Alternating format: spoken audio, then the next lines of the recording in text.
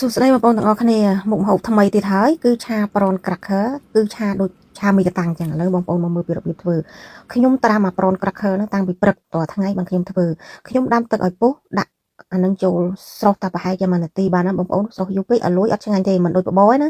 ហើយខ្ញុំស្រង់ដាក់ចូលក្នុងចានទៅនៅពេលដែលខ្ញុំស្រង់ដាក់ចូលក្នុងចានហើយខ្ញុំយកទឹកស្អៀវពណ៌ខ្មៅអាគេហៅថាខ្សយអសយកមកចាក់ចូលលាយបន្តិចទៅហើយបងប្អូនដាក់ប្រេងឆាបន្តិចផងច្បល់វាក្នុងហ្នឹងទៅឥឡូវនេះងាកមកលាយទឹក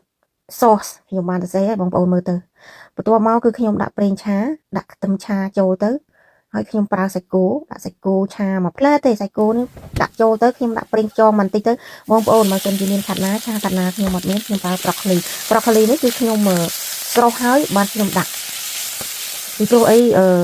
ស្រុះទៅយកមកដាក់មួយផ្លែទៅបងប្អូនប៉ុន្តែខ្ញុំស្រុះទៅចិត្តនៅអាស្រូបជ្រប់ឥឡូវនេះខ្ញុំយកដាក់ចូលក្នុងចានពីព្រោះអីឆាយូរពេកវាអត់ឆ្ងាញ់ទេខ្ទះដដែលហ្នឹងខ្ញុំដាក់ប្រេងឆាបន្តិចទៅហើយបន្ទាប់មកខ្ញុំយកទឹកស្ងោរប្រហិតរបស់ខ្ញុំយកមកចាក់បងប្អូនអត់មានទឹកស្ងោរប្រហិតទេបងប្អូនលាយម្សៅស៊ុបជាមួយទឹកក្តៅទៅហើយយកមកចាក់ចឹងទៅវាមានជាតិហើយឆាទៅវាអត់ស្ងួតឥឡូវនេះខ្ញុំដាក់ទឹកដែលខ្ញុំបានលាយហ្នឹងមកបញ្ជាក់ណាខ្ញុំអត់ប្រើស្ករទេដោយសារខ្ញុំប្រើទឹកសៀងផ្អែមហើយខ្ញុំអត់ប្រើស្ករទេហើយយើងដាក់សាច់គោចូលទៅបន្ទាប់មកនៅសល់អាទឹកនឹងលាយនឹងតិចទៅដាក់ចូលល្អទៅហើយដាក់ទឹកម្សៅឆាមកស្លាបព្រា2ស្លាបព្រាបាយទៅបងប្អូនឲ្យវារៀងស្អិតណាដាក់ទឹកម្ទេសទៀតមកចឹងណា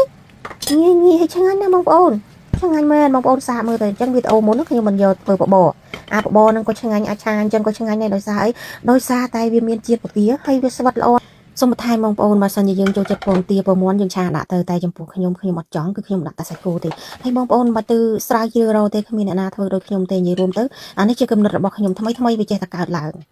អញ្ចឹងក្នុងវីដេអូនេះមានតែប៉ុណ្្នឹងទេបងប្អូនបើមានការខុសឆ្គងtrongកន្លែងណាមួយសូមអធិស្ឋានជូនបងប្អូនទាំងអស់គ្នាសុខភាពល្អជំរាបលាពីម៉ៃសវណ្ណនៅប្រទេសអង់គ្លេស